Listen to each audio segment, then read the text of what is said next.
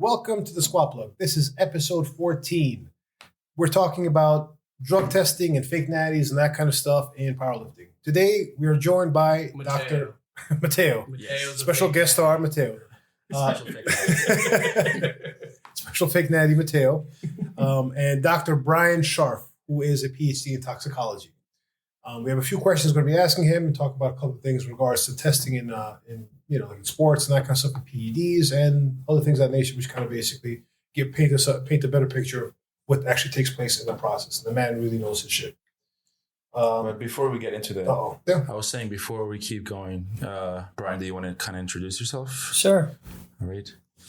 So tell us something about yourself. But tell the audience, what your qualifications are, how long you've been working as a toxicologist, and Sure. some of the things that are more interesting about line of work. Mm-hmm. So, right now? Right now. All right, I wasn't sure. I'm waiting for a go sign. So I got my PhD in toxicology a while ago in 2007. Worked as a postdoc at a medical school for 6 years, where I did clinical toxicology, but in the line of orthopedic research. I characterized the immune response to wear debris from orthopedic joint replacement devices, namely hip replacements.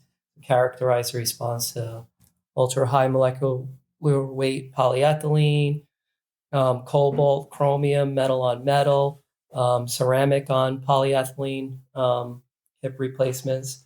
From there, I branched out into a different area of clinical toxicology, namely drug testing. And when I say drug testing, it's drug testing several matrices, biological matrices, so blood, urine, hair, oral fluid, or saliva, from clients such as pain management clinics, psychiatric clinics, rehabilitation clinics, methadone clinics, Suboxone or buprenorphine clinics. And essentially what we do is see what we quantify the drugs that are present or that are ordered by the physician in that particular patient.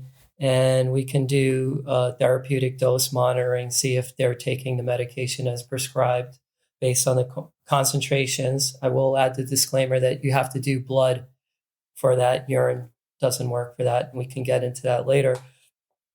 And you basically see if they're consistent with the drugs they're taking, or if they're subverting it, or diluting it, or they have some other underlying drug addiction that isn't necessarily picked up the first time around.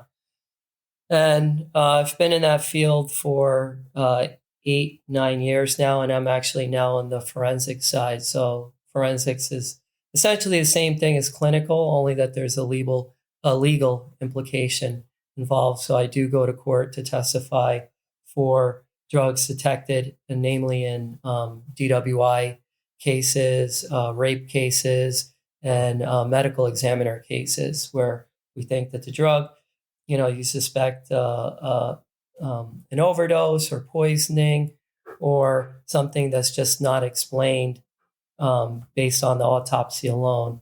That's where the toxicologist comes in and actually it enables the pathologist to determine the cause of death. So would it be fair to say you have a shit ton of experience in drug tests? That's a fairly accurate statement. So yes, Brian knows a whole lot about drug testing and that kind of stuff, which is why we have him here today. Ask him a couple of questions on the topic and talk about some things that we've encountered or seen in the world of powerlifting and sports in general. I think maybe we should start off with something a little bit interesting over here. Let's talk about maybe Armstrong and how he was caught on being on PEDs and that kind of stuff. So are you familiar with that at all? A bit with what he was on, but not. The details are a little fuzzy. It's been so many years. I mean, Lance Armstrong. Yes, Lance Armstrong. I mean, he was on a bunch of testosterone. He was on EPO, yes, growth hormone.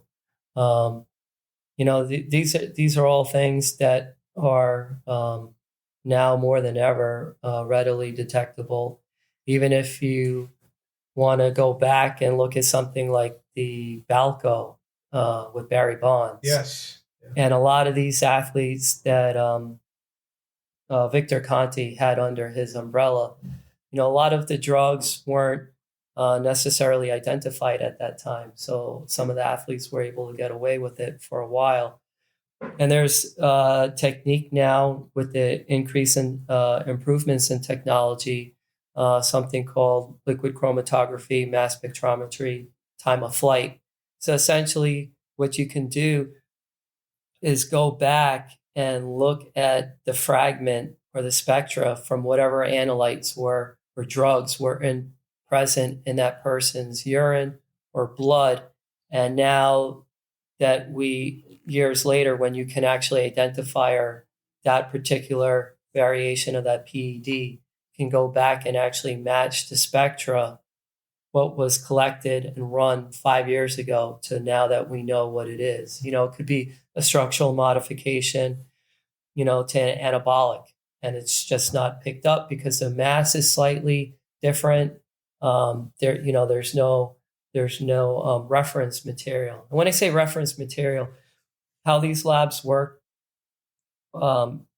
there's a manufacturer that produces, let's say, pure cocaine, pure methamphetamine, pure fentanyl, and use that to calibrate the instrument. So you make several different calibrators at various concentrations. Usually the concentration, they encompass what you see in the therapeutic or the clinical setting, and use quality control material, which is also certified reference material.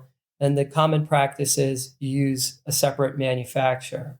So you're sort of validating the first manufacturer with the second. So you will prepare. Yeah, right. Cross-referencing. So you have two different reference materials. So now the lab can't say, well, there's a bias or anything. We obtained these materials from third party, and they undergo extensive accreditation. There's something called ISO 17025, and any big pharma, any big producer has to be accredited by that, and the rules are quite stringent.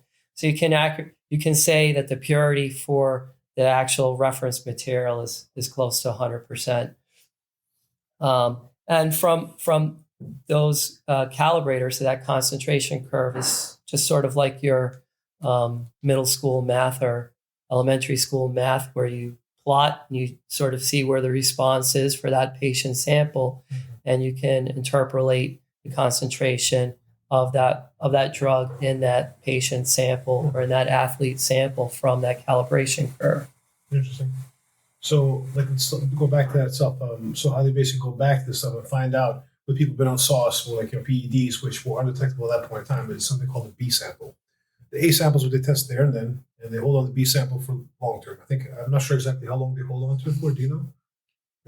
I'm not sure. I just know in the forensic setting, we have to hold on to the samples for 10 years. Oh, 10 years. Okay. So I wouldn't be surprised to see the water probably does the same thing. So what he's talking about, I guess, for the spectrography. Yeah, mass spectrometry. Mass spectrometry. Spectrometry. If it's what I took in like forensics in high school, I think basically it's like a little chart, as it were, with peaks and valleys. You'd basically see it spikes upwards and downwards and that kind of stuff. And that profile itself, kind of like similar to a key, indicates whether it's one drug or one molecule or another kind of molecule. Is that correct? That's correct. And from that spectrum, you pick up many drugs, or if there's just one drug. So there's, not to muddy the waters or make them a little more complicated. So you have, as I mentioned earlier, time of flight. So that's really more what they use for screening or qualitative. So you're not going to nail someone on a screen. There are less going to screens. Let's say you take a workplace drug test. That technique is immunoassay. So it's a lot less sensitive. And anything that comes positive on that screen, you're not going to be fired or you won't get the job because you pop positive on a screen. There are a lot of false positives and a lot of false negatives.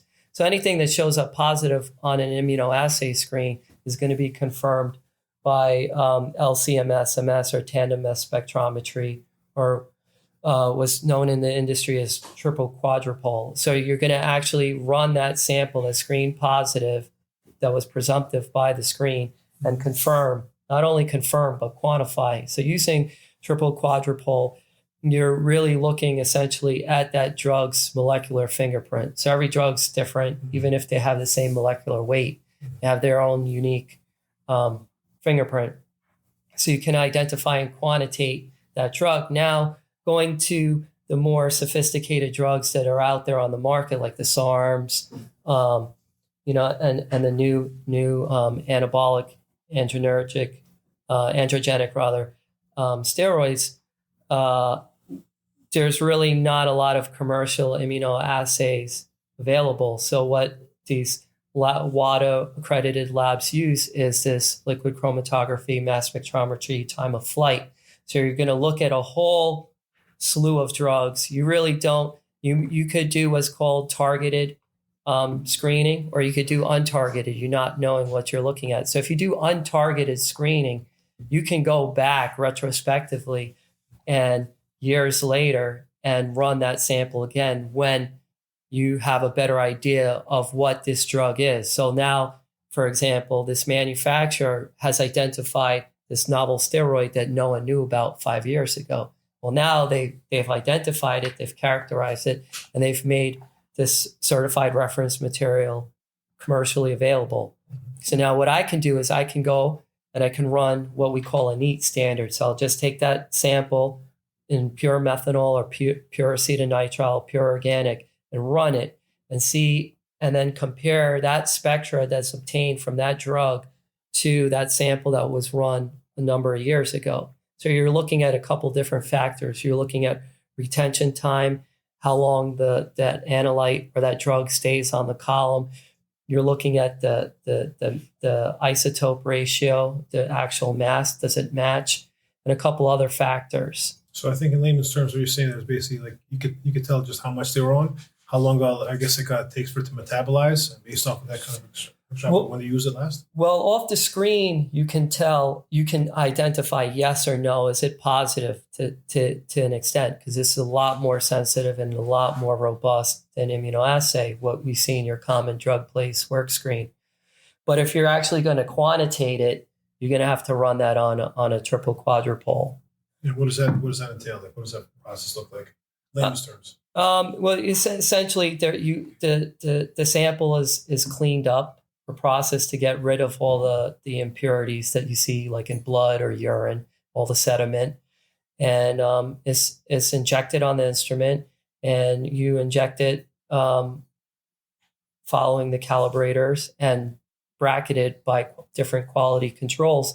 So you can have a good idea of what your concentration is and basically match that molecular fingerprint to two different certified reference material, your calibrators and your quality controls. So you basically have a 100% match, which is undeniable in court.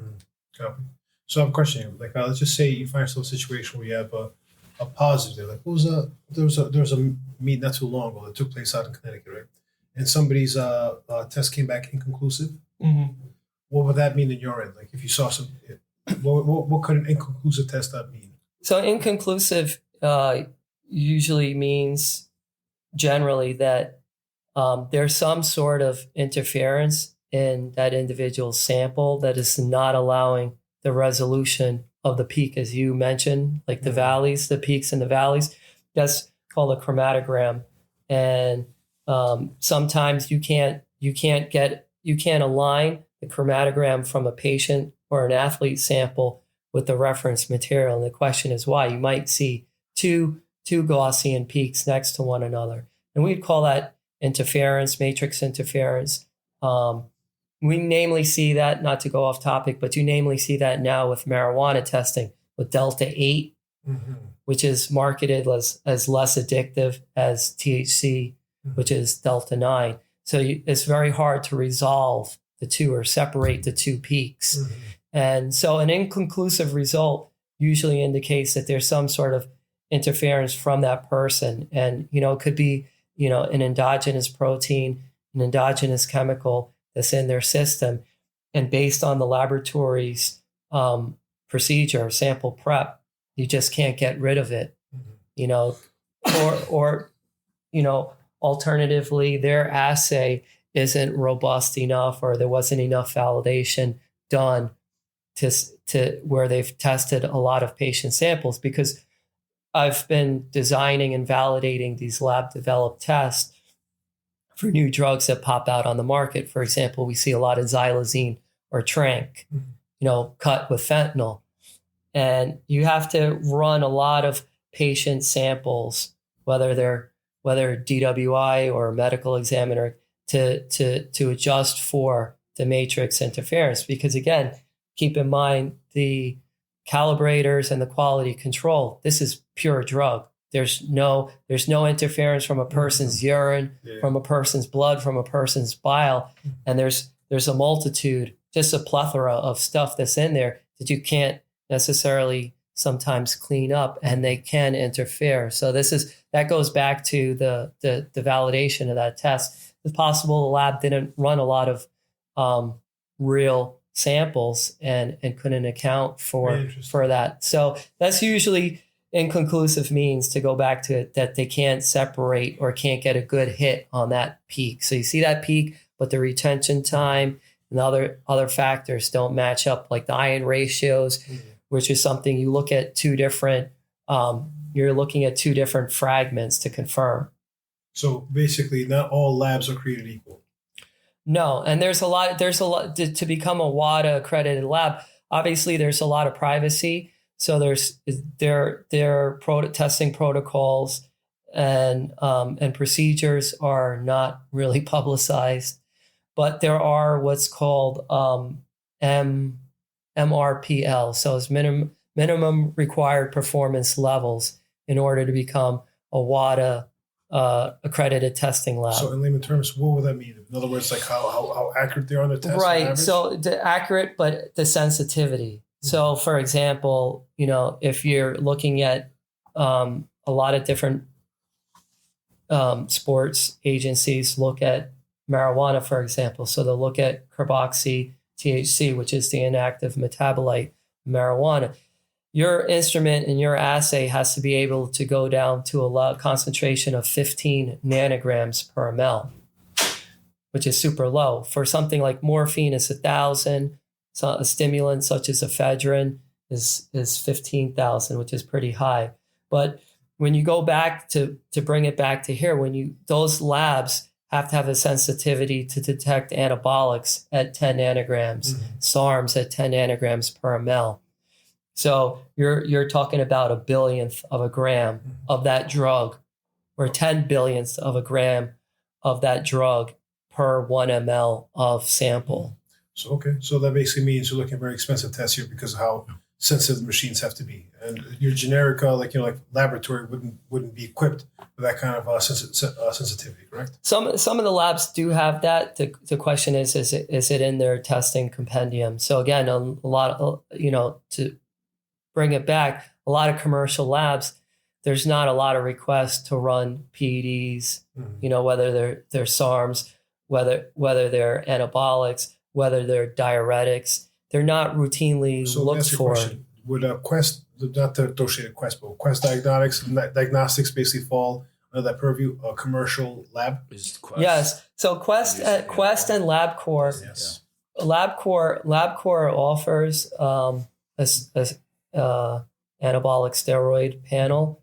I don't believe that they have any SARMs available yet. It's sort of, again, or and even Wow. even information. Yeah, this is why we have them on. even SERMs, like you start looking at the selective estrogen receptor modulators like clomiphene, raloxifene, and all these guys, the stuff that guys take, after they're off a cycle, so their T levels don't drop precipitously.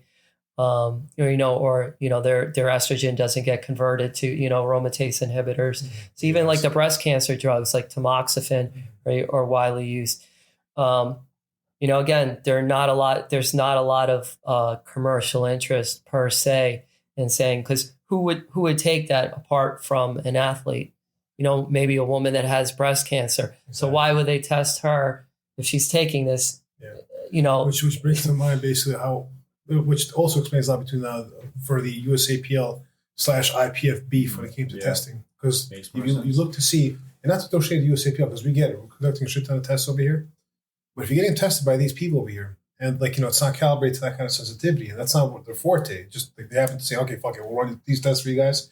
A couple $100. All right, here they are. Here's the results. Versus doing actual water testing. There's a difference there. My question is that what kind of testing do they run at national meets?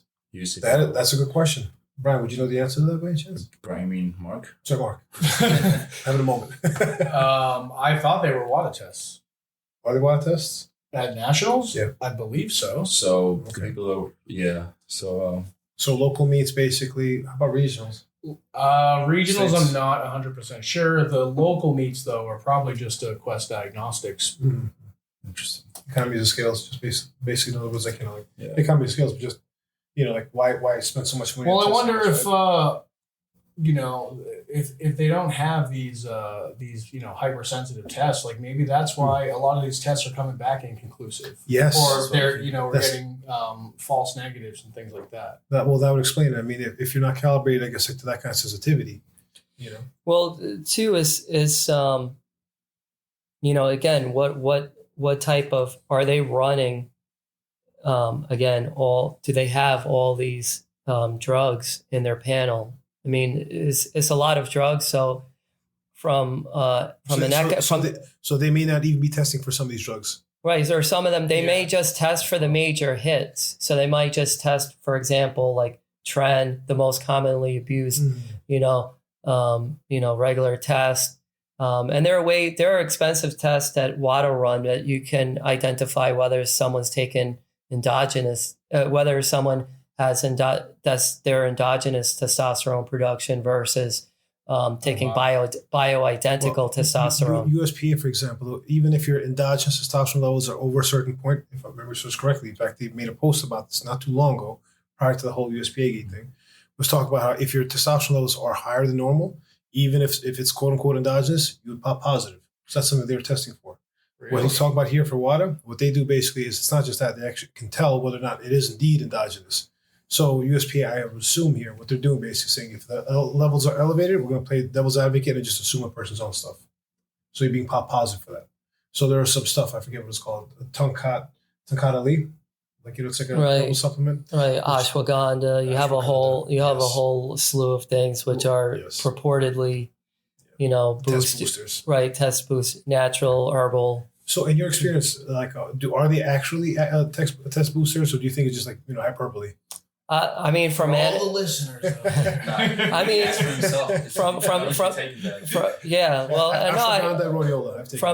from anecdotal experience, I've taken Tonkat and ashwagandha, and I'm forgetting now off the top of my head the other one that rhodiola. Gas station boner pills. Well, I don't want to talk about that publicly. That's for a separate podcast. After dark. I forget the name, but Andrew Huberman's talked about it extensively on his podcast. Fasciola agrestis or something. I tried all of them and I didn't feel a single thing change. And my test scores are pretty low. I'm in the 300s, and after taking them for 2 months, 3 months, and I went again, my test was, maybe 20 points higher. So was 323 and I was 350.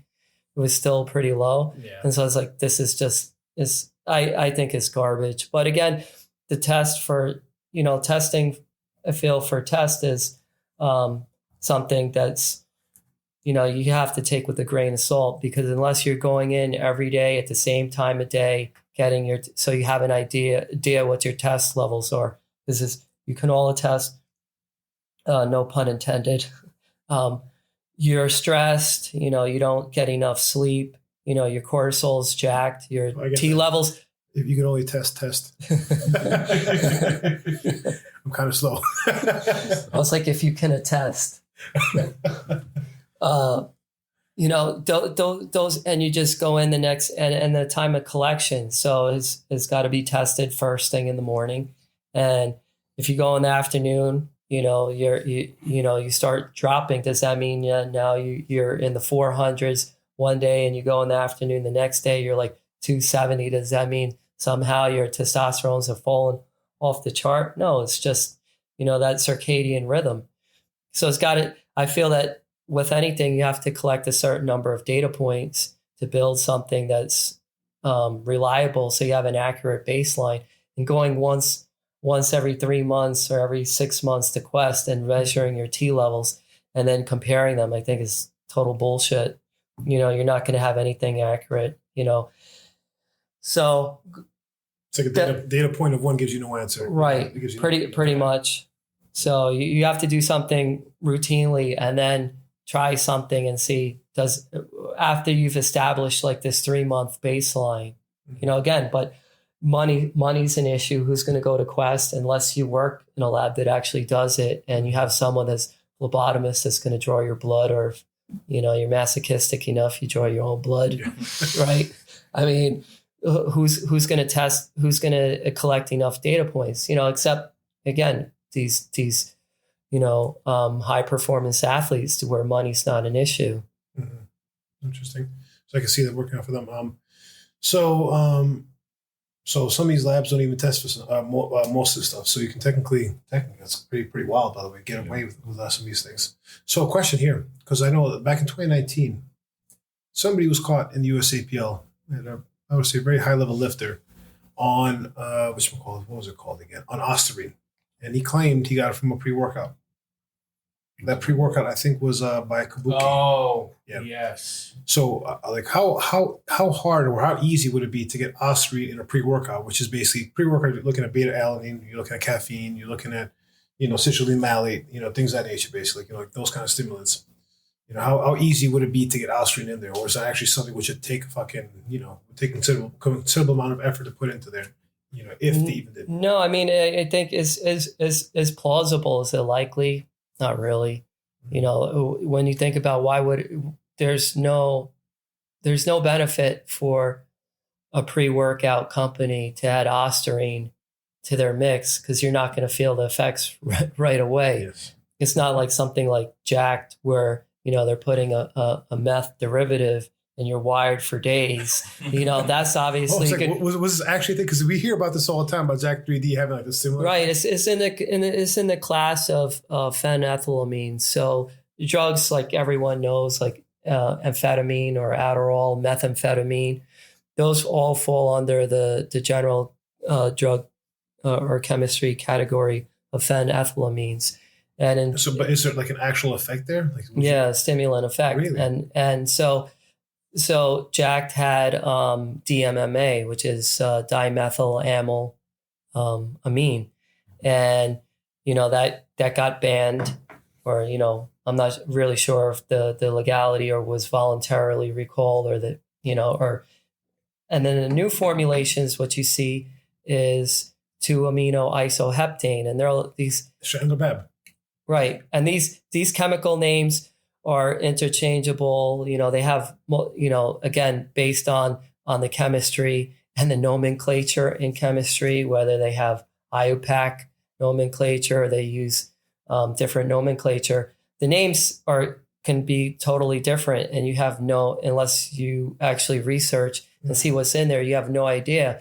So 2-amino isoheptane, you have, it's also known as DMHA. So it's dimethylhexylamine. So if you see DMHA, that's a replacement or substitute for DMMA, which was in the original Jack. But a lot of pre-workouts, they'll just call it 2-amino isoheptane. Mm-hmm.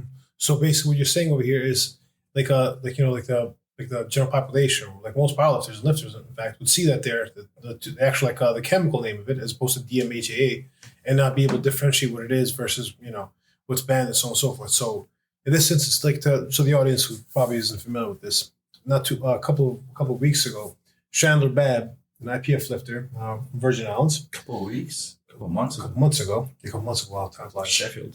Yes, in Sheffield. March. Yeah. So was it Almost a actually year ago. from the Sheffield? We're all the way up. So we're off by year and a half orders of ago. magnitude in time here. But basically, they ran the tests and she came out positive for DMHA.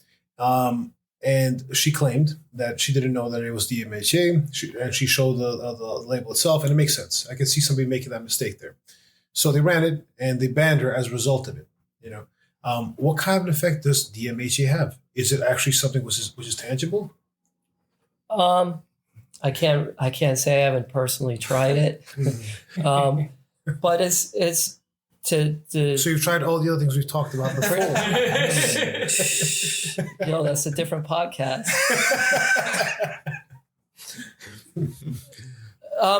You would expect a stimulant effect. I don't think nearly as strong as something like amphetamine or obviously methamphetamine or any of these other ADHD medications are used. So you would say it's not as potent as Adderall? No.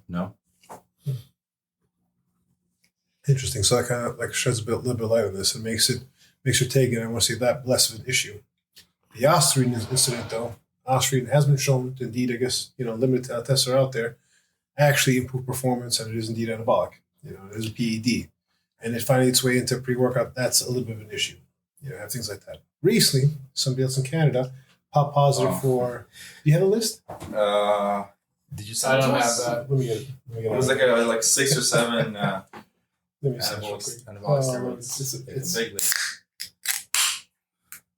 Okay, so what we're looking at over here is this individual pop positive for Trenbolone, Oxandrolone, Clostebol, Nandrolone, Drostanolone, testosterone. Yeah. So basically 6 prohibited anabolic agents, and also methylphenidate, a stimulant. Dude. What do you think I of don't his know what excuses? He tried to cycle, but he didn't. I tried to do pre-workout. I'm trending it. I wanted to try all 3 categories of steroids. The DHT, the testosterone based, and the NOR19 or the nandrolone. Really interesting. Those are the 3 basic Holy categories. crap! So he basically hit him with everything he had. Right. He wanted to cover all his bases. Holy Right. crap! All that for 460 dots. Insane. Wow. It's out there. So And what federation was that? that was CPU, the Canadian Federation. Was that at least a national meet? I'm I not think sure. I'm pretty sure it was a local meet because I don't think he would have made it in nationals. He would have probably popped. So I wonder what CPU. and they're the IPF affiliate, correct? Yes. Mhm. Yeah. You got busted. So I wonder what kind of testing that is. I mean, if you get popped for trend, you don't. That'd be water testing. I know, but there's other things on there too. Yeah. I've never heard of those other things before. Well, those are all like legit like steroids. They're not, they're not Right. looking like Are those like common steroids? Yeah, like oxandrolone, that's Anavar. Anabar. I'm not. Anavar. Use Oh, fucking Anavar. Okay. Yeah. Holy shit! So usually Is they Anabar like a fucking like a cutting agent? Something that makes you it's like supposed to be lean muscle. Yes. It's one of those DHT, dihydrotestosterone based steroids, where it's like more driving towards protein synthesis and increase in like force production, but not necessarily mass. Where like obviously the NOR19 or the nandrolone type derivatives like tren, nandrolone, those all put on massive size.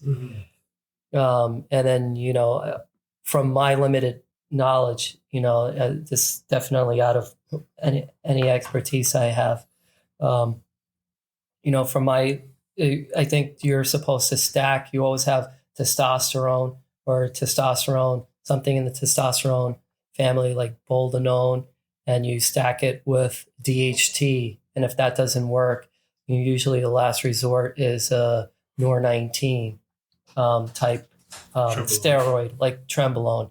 And again, one time usage of a NOR19 can shut down your endogenous testosterone production for like 6 months. So let me. There's a little bit of a soundbite here. Well, I'm not going to play the soundbite, but somebody recently went on a podcast. A person whose coach says he cares a whole lot about his lifter's health, quote unquote. She went on the podcast and she was talking about how she was on substances that destroyed her body. It's just ATP, bro. Related. So talk about how she was on so many substances while being coached by this individual who likes to prescribe ATP that her nose started turning black. So typically that's like, well, like I must say, starting to develop necrosis of smaller blood tissues, Right. like capillaries, that kind of stuff starting to Right. die. Does not take place, I guess, when your blood pressure is through the roof. So with things like this, like these drugs and large amounts actually cause that to happen. Not really sure. I haven't heard about that effect. Normally, like you see in the bodybuilding community, usually people die from ventricular hypertrophy or their kidneys give out. It's usually one of the two. Their blood pressure's through the roof. The hematocrit, the amount of hemoglobin they have or red blood cells is through the roof. So it's usually their heart gives out or their kidneys give out. Some people have really good genetics and, it affects them much later down the road. That's hard. Again, you'd have to run a pharmacogenomic profile on yourself to see how you metabolize different drugs, which is something that you could do. So you may or may not be built different. Right. Basically, so check out your DNA to see whether or not you have resistance to certain drugs and like the deleterious effects is what you're saying, right? Well, actually, you're looking at the subset of liver enzymes that you have, which is commonly known as CYP, cytochrome P450 enzymes, and there's a whole family of them, and they break down different drugs, and people have different concentrations or different endogenous levels. That's just their genetics. So someone might be an ultra metabolizer of a particular drug. So they need a much higher dose to get the effect. Or someone might be moderate, uses less. Someone may not have any effect because they're a poor metabolizer. So I can give an example, not necessarily related to anabolics, but to pharmacogenomics.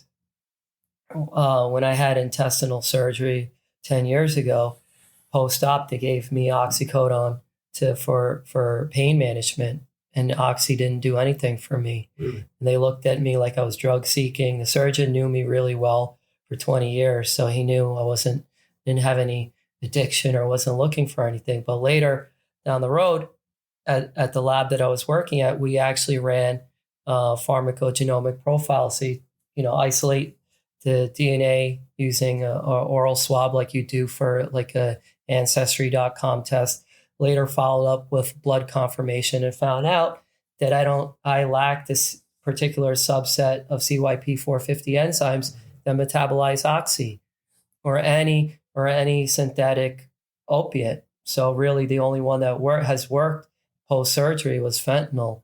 Everything else like oxy, oxymorphone, hydrocodone, or Vicodin did nothing. When I tore my hand apart in a fire a couple of years ago and had surgery afterwards, doctor gave me oxy.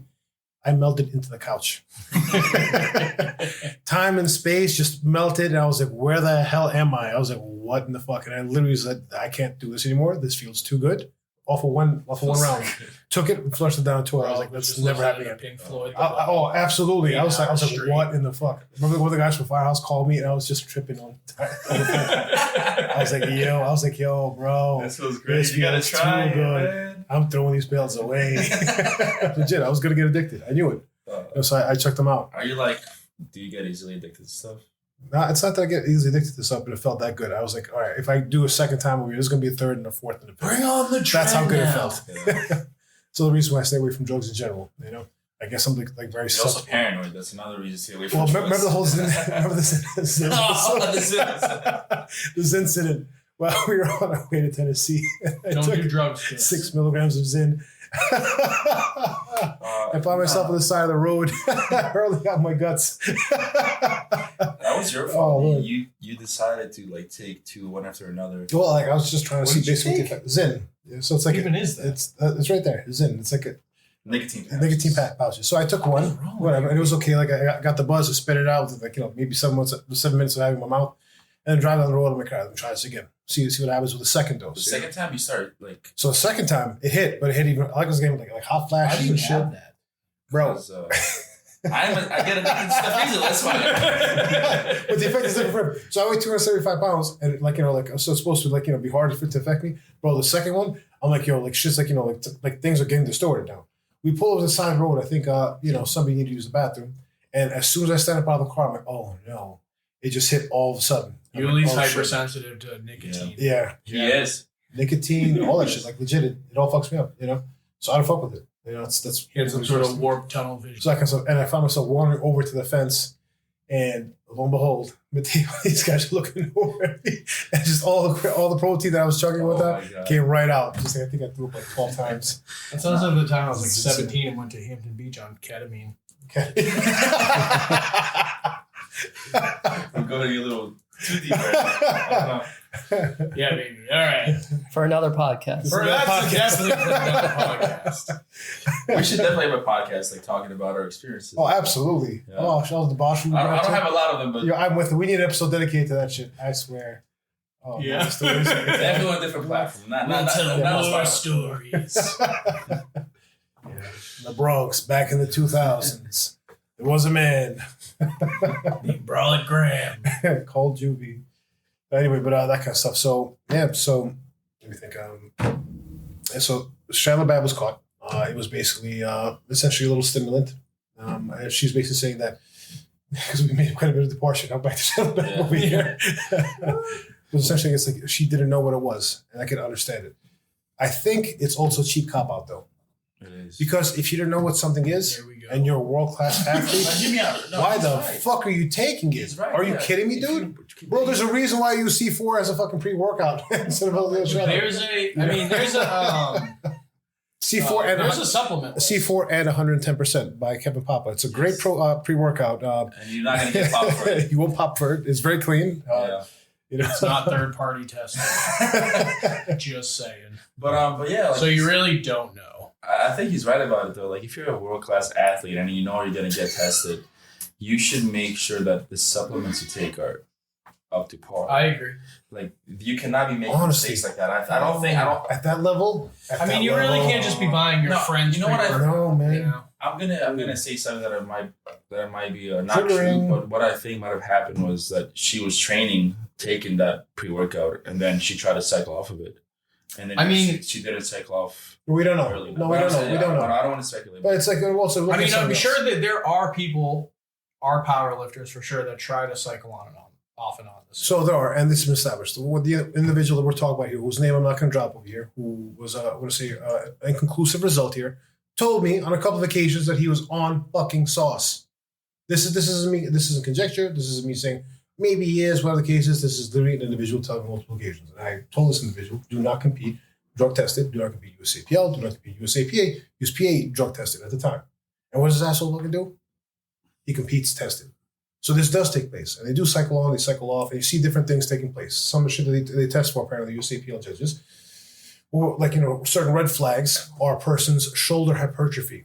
So if you've got 3D delts, you look like you have fucking boulders for shoulders and shit like that, you're getting tested. Jack 3D tested. Joe Rogan shoulders. Joe Rogan shoulders, for obvious reasons. Venation. Your shoulders look like Carlos Moreira. Yeah, you're looking for venation. You're also looking for things like certain amounts of fatigue in their lifts. So if you see a whole lot of shakiness, it's a sign the person's maybe cycling off of certain drugs, is what they say. That's what I've heard from some referees who are out there. I love it. You shake pretty badly after a hard water cut too. You could, which could look like that. But again, it's worth testing. I think though, looking at all this kind of stuff over here, there is merit to the IPF coming at the USAPL for not doing WADA testing. So essentially what it comes down to is a lot of these tests are basically, it's just like, it's just a test to see that you tested. To see, in other words, we test so often, we test the most often, but you test for garbage. If you can't test for fucking aspirin, you can't test for like SARMs and shit like that. But they're testing for, they're testing for like testosterone, but even sensitivity is not where it needs to be. No, but I mean, do you also want to spend the $1,000 so you don't. that it costs for these WADA tests? So you don't, because a local. If that person is actually like taking drugs and he's that good, eventually he's going to compete in a national stage, and then he's going to get popped. So that's the thing. I think maybe what they need to do is stop taking a whole lot of these things. Maybe even stop testing locally and whatnot. You could. I say no. Hear me out. Let me make a point here. So basically, what it comes down to is this: you have a date. You basically are performing a meet, like lifting at a meet. Many of these drugs, Brian, if I'm not mistaken here, you can basically cycle off of it, come out clean on a piss test with about they have a half-life. Yeah, 2 to 4 weeks sometimes. Right. So you can blast basically what comes out to 50 weeks of the year. Take those 2 weeks off, presumably, and all of a sudden piss clean. What is the whole point of that? So I think what we need to do, basically, what I think is worthwhile, is to stop maybe doing these local meat tests and shit like that, because frankly, they don't do shit if you know when you're going to be tested. You're prepared for the test. You have the cheat sheet, so to speak. But I think what we need to do basically is when we have a certain dots point, whether or not a person's on a national stage, all of a sudden you enter the pool. Yeah. 400 dots, 450 dots, something like that. Right. I don't think that's a terrible idea, but I mean, are you going to start wasting resources? No, you're not, because you're already wasting resources by testing people with tests are not. Who know they're going to be tested? Yeah, but I'm saying if you're in the WADA pool and then let's say you're getting out of meat tested now. Yeah. Right? Are we going to start wasting resources on people who aren't even going to win these big meets? Yes. And do you know why? Because it's a disincentive for them to be on sauce or to compete in these tested feds. If you're not even like fucking like a nationals level, you got a nationals level dots, whatever the case is. Let's just say whatever the criteria is. 450 dots. 450 dots, you get tested. I would say 500. I think 500 probably. 450 is a really big pool. It's a big pool, but like again, you show up to the gym, you don't just test one person. 500 dots is probably okay. So maybe let's cut in the middle. Let's say 475. Right? We're making. I want to get tested. I want to get tested. 480. I want to be in the pool. 480 just like don't get tested, you bastard. It'd be your own. We got to do a 389. So I want to be in the pool. A high doubts here basically is a person is performing very well. Now, to disincentivize people to get on sauce to get P tested, I think maybe you start doing that because you don't know when they're going to get tested. And you have the same protocol. So you tell this person, you announce it, by the way, I'm here. Where the fuck are you? Mm-hmm. That kind of shit. You give them like 2 or 3 times when it takes place. And just like what USAPL did recently, this one individual who, what's his name? Dylan Campbell. Yes. So he basically was, he failed to show up on a couple of occasions for testing and was suspended because of that. I don't want to say anything too crazy. Not to say, not tossing if you're on a shit list, they will target you and they will fuck you up on this stuff. So I know someone, I'm not going to name names, who literally was competing at Equip Nationals, and they showed up at his house, and they were like, "Why are you not here for your drug test?" He's like, "I'm literally at your meet." Mm-hmm. Whereabouts failure. What? Yep. Are you kidding me? No, I'm not kidding you. So the fix is in. Holy shit. So I know this person. Why couldn't they just get somebody to test him at the meet? Yeah, like what the hell? Because they're targeting people that they have an issue with for whatever reason. All right, so that doesn't say well at all. Yeah, that's an abuse. It's abuse of the system itself, and something like that. But I don't want to say names. Yeah, I don't want to get anyone or myself in trouble. No, I wouldn't name names, but it sounds like that is something which is borderline litigious. Like I think you could sue for that having that kind of shit happen. If you're nationals, you're not getting tested. You literally got a whereabouts failure for it. That's the most ridiculous thing. Yeah, it makes no sense. I know. So for the local meets, when you're tested, are the collections supervised? Yes. So they're staring at your dick. All right. They're staring at your cheeks while you take a piss. Ryan enjoys it. Okay. Oh, I don't know. Does he? Is that what he says? I'm joking. Jesus Christ. You're like, ooh, do tell. So, that's the big difference. I guess everyone here knows that, but with the difference between urine and blood testing, you usually just relegate for people that are taking EPO and other things that boost their hematocrit or their hemoglobin, right? So that's really more for endurance athletes, marathoners, Ironmen, stuff like that, where and it's got a much shorter window of detection. So a lot of drugs, like even the commonly seen drugs, if you take it for a while and you get off of it in 4 or 5 days, your blood is completely clean. Could even be less. So let's say I take, for example, Adderall every day But now I stopped and I haven't taken for a week. I take a blood test. My blood test is negative, but the urine is going to be around there for a while. And then you have to look at the type. So so that's what we call window of detection. So the window of detection in urine is obviously a lot greater. The other thing that I'm not sure how, or at least like in the workplace drug testing, and a lot of labs don't necessarily follow up on that, is do what's called validity testing. So a lot of people, when they know that they're going to take a workplace drug test, right, they drink a ton of Gatorade or whatever, or water to hope to dilute their urine. So you look at the specific gravity of that, and the specific gravity has to fall within a certain parameters. And I know WADA is more stringent than others, and the athlete can't actually leave the testing site until they provide 2 urine samples, A and B, typically a minimum of 30 ml for sample A, 15 ml for sample B, with the specific gravity of their urine hitting this parameter. Because if it's less than that, they consider it too dilute. And is it too dilute? Is it too dilute because they drank a lot of water? Is it too dilute because they took a masking agent or a diuretic? You know, so that's what they look for. They also look for creatinine levels. So that's the breakdown of creatine, but it's also breakdown of skeletal muscle. So usually the minimum requirement is 20 milligrams per ml, or per deciliter rather. And anything less indicates that there's, you know, like a substitution, or they might have, you know, either they took more, like they're not providing an accurate sample. But, you know, if it's supervised, that's out the window, but they still test for that.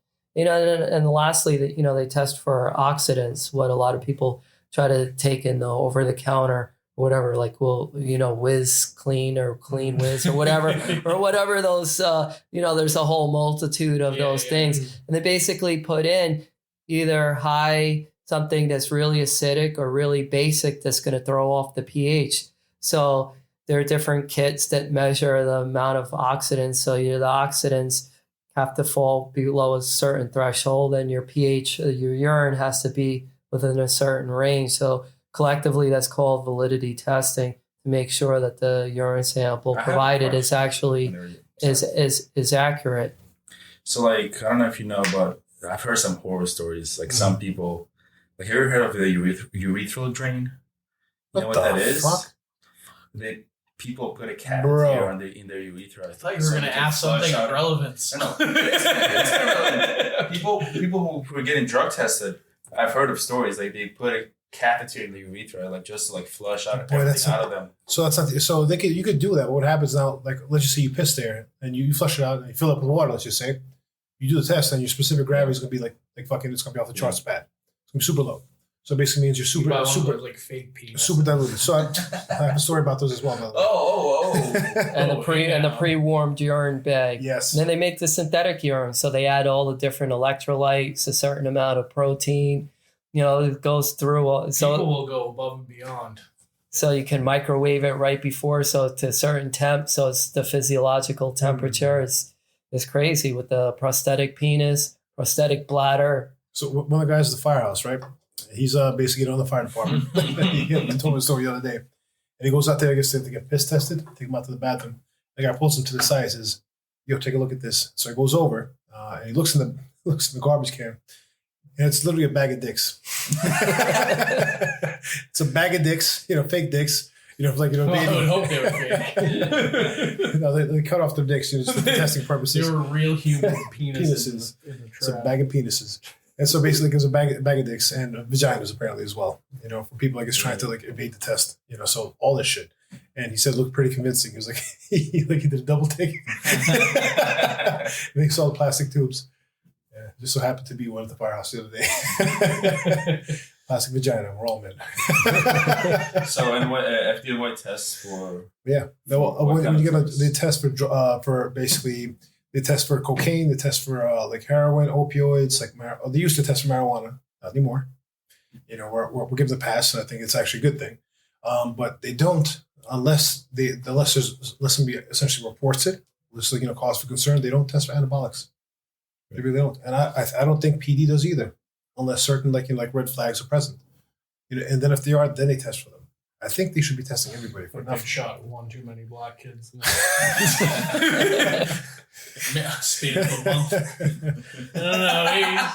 But it's a little aggressive this month. I think we should test them. But like there are dudes out there who say this person could be on steroids. Test them for it next time they go around. I think this should happen more often than else. Just on the job, steroids doesn't have any room there. You're increasing your blood pressure and that kind of stuff. It's a very dangerous job to begin with, and it's very health averse, should I say, or it's anti-health in many ways. Cancer rates are through the roof, heart disease through the roof, whatnot. You fuck around with steroids and anabolics. It makes no fucking sense. You also run into burning buildings. I know, but the other thing also is just as it is, running into burning buildings with our gear on, it's 135 pounds of equipment.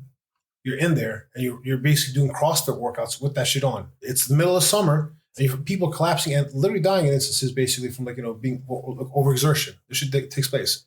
And I'm going to add fucking fuel to the fire by increasing your blood pressure and thickening your blood to the point you fucking collapse even more so. I mean, it makes no sense to me. Boggles the fucking mind. So I guess to each their own, but I think it's idiotic to be honest. I mean, if you're not firefighting, if you're not doing this kind of stuff, which is dangerous to begin with, and you decide to go down that route, more power to you. Good luck. Hope you're making good decisions and that kind of stuff. I'm not here to judge. But I think there's certain lines of work where maybe it's kind of foolhardy to be even considering engaging that shit. Be perfectly fucking frank. And I think the job should test for it just for people's own protection. Because this is pretty fucking stupid. Legit. Like I've experienced, even during the winter, you're there overhauling, tearing ceilings and walls and all that kind of shit apart. Bro, it's like you're not tired, but you just can't operate. The heat, like the suit, it protects you from fire, right? But at the same time. I just find it kind of ironic that he's like, if you're a firefighter, you're probably a fucking idiot. No, I'm not saying that. Yeah, I'm not saying that. I'm saying if you're on sauce. On steroids. On sauce. Oh, until he starts doing it, then he's going to start finding excuses. I never will. No, it's not going to happen. So long as I'm a firefighter and whatnot, so long as basically I'm competing, testing, so on and so forth. So long as I've not made my mind to use sauce, and I haven't, and I don't think I ever will. Yeah. He's 45 and he still hasn't bench press. Oh, God. Anyway, so back on topic though, basically, I find myself overhauling, tearing shit apart, and there are times when it's not that I'm tired, but you over fucking heat, bro. I get back to the firehouse, I got heat rashes on my chest. What are you guys fucking doing over here? Like little hand runners. Don't worry about it, bro. Jesus, it's yeah. So that kind of stuff, but I can only imagine. Don't worry about us, all right? So I can only imagine how it's like, being on the sauce. Your cardiac capacity is reduced. Your propensity to overheat is increased. How long would you be able to operate in those settings? Probably not very long. Sense. And this is shit which requires time. I mean, you're overhauling there not for 4 or 5 minutes. You're there for fucking for long periods of time, 30 minutes, an hour, that kind of stuff. RP10 CrossFit workout kind of shit. And this is maybe after fucking climbing a 100-foot fucking ladder to the top of a roof and shit, making your way down. So I don't think it's intelligent, to be honest. But well, you heard it here, folks. Brawler Graham thinks it's a terrible idea to do firefighting on steroids.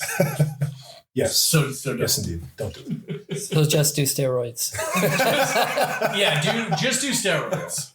Or just firefighting. One or the other, but don't do both together. Because you're an idiot. Because you're an idiot. But, So sorry, that was a brilliant part. Yeah, you can tell I'm quite passionate about that topic. Yeah, I guess so. But so fake dicks. And that's one of the ways. This is usually how our podcasts go. we get loose towards the end. We really do. But yeah, that kind of stuff. So I don't know. There are ways, I guess, to get around the shit and whatnot. They do exist out there.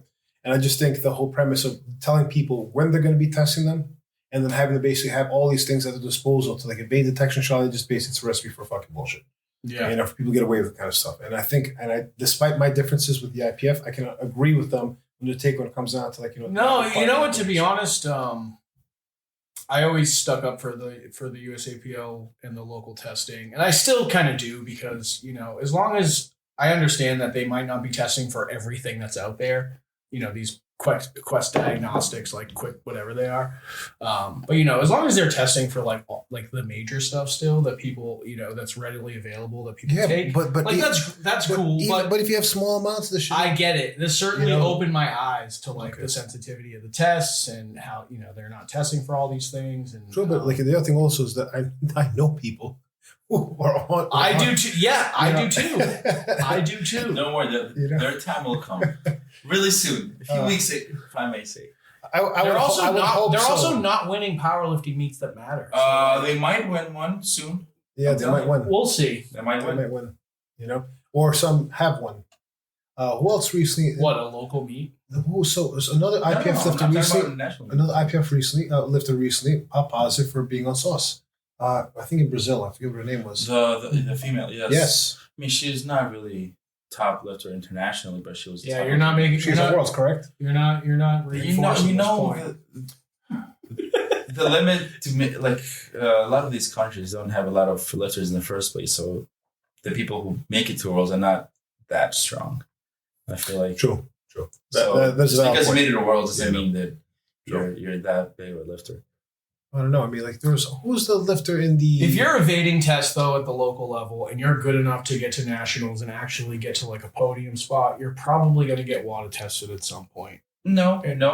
There's local meet heroes, we call them. Yes. Cool. Then they can stay. The one the individual we're talking about, dude. Like what's like 530 dots? Yeah, 530 dots. Yeah. I mean, if you have a 530 dots and you only compete at the local level, it's a big red flag in and of that's itself. a massive red flag. You know. I don't know. But these things. That's an issue in itself. You know. I know. This stuff does exist. I think basically we should be dedicating resources more towards actively trying to intelligently thwart these assholes rather than to fucking do this like half-ass measure. Look, here's a test, by the way. You know, I agree. I think. Imagine we took all the money there. Instead of that, we said basically instead of testing these people all these meets, put our money together. Yeah.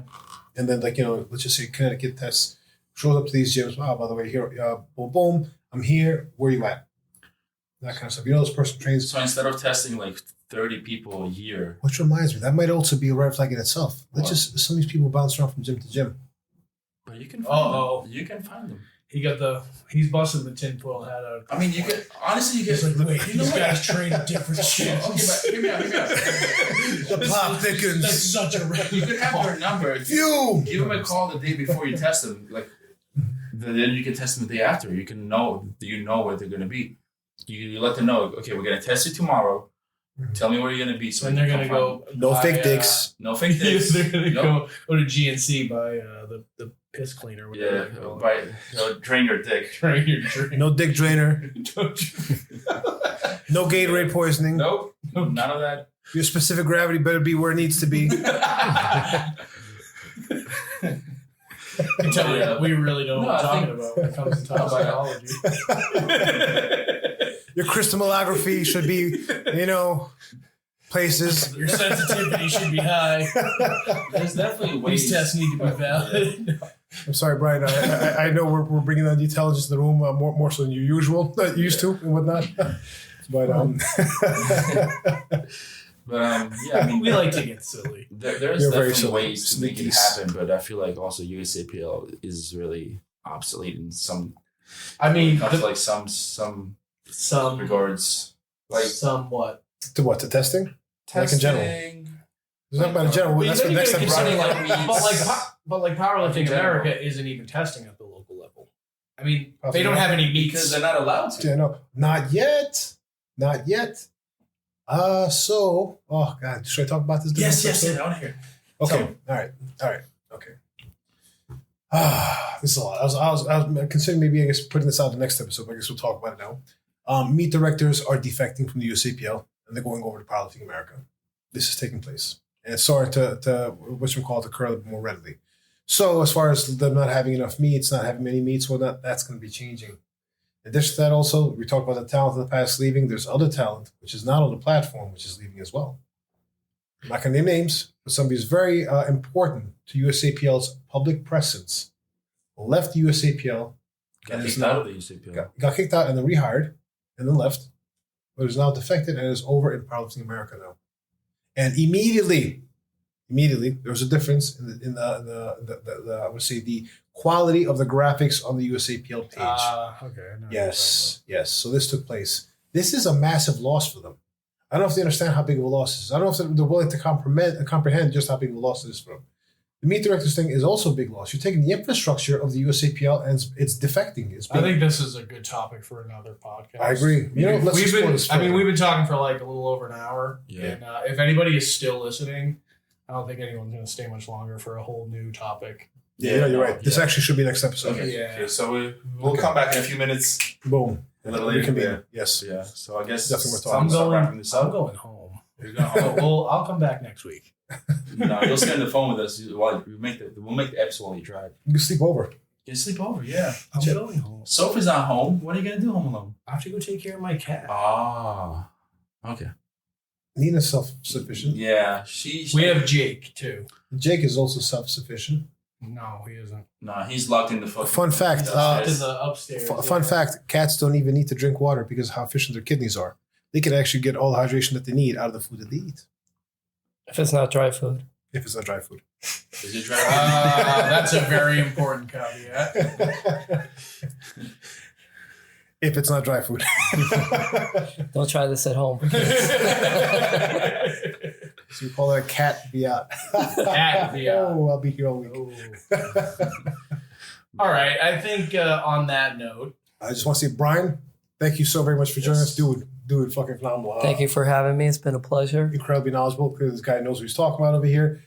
We hope to have Brian and people like Brian on the show again in the future. for sure. This is important shit. I think testing is a cornerstone of drug-tested lifting. Obviously, it's in the name. I think it's something, I guess, that needs a whole lot of work. We appreciate you guys joining us for the episode. And Mark? No, yeah. Everything you said was very eye-opening. I don't really know much about this stuff, so I appreciate everything, you laid out. Yeah, I'm sure everyone that was listening was happy to hear it too. So, yeah, thank you very much. Thank you. Thank you guys for joining us. Have a great night. All right. Peace. Cool.